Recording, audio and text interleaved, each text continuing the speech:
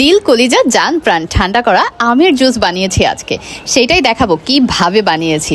প্রথমেই আমি নিয়ে নিয়েছি তিনটা আম এবং এই আমের দাম নিয়েছে 60 টাকা। ভাবা যায়, আমের দেশের লোক হয়ে আমাকে নাকি 60 টাকা দিয়ে কাঁচা আম কেনা লেগেছে। এনিওয়েজ, এর মধ্যে আমি একটা আম নিয়েছি জুস বানানোর জন্য এবং এই একটা আমকে আমি গরম পানিতে সিদ্ধ করে নিব। এটা খুব ভালো করেই সিদ্ধ করে নিতে হবে, তাহলে একদম পাল্পটা সুন্দর মতো পাওয়া যাবে। অনেকেই আছে কুচি কুচি করে গ্রেটার দিয়ে কেটে একদম কাঁচাটায় জুস বানায়, ওটার টেস্ট না এতটা ভালো আসে না। এটা কিছুটা আমপান্না বলা যায়। এবার ওই সিদ্ধ করা আমটার মধ্যে চিনি এবং বিট লবণ দিয়েছি আমি। চাইলে কেউ পুদিনা পাতা অ্যাড করতে পারেন। আর শরবতের মধ্যে ঝাল ভাবটা আমার একদম ভালো লাগে না, তাই কাঁচামরিচ দেইনি।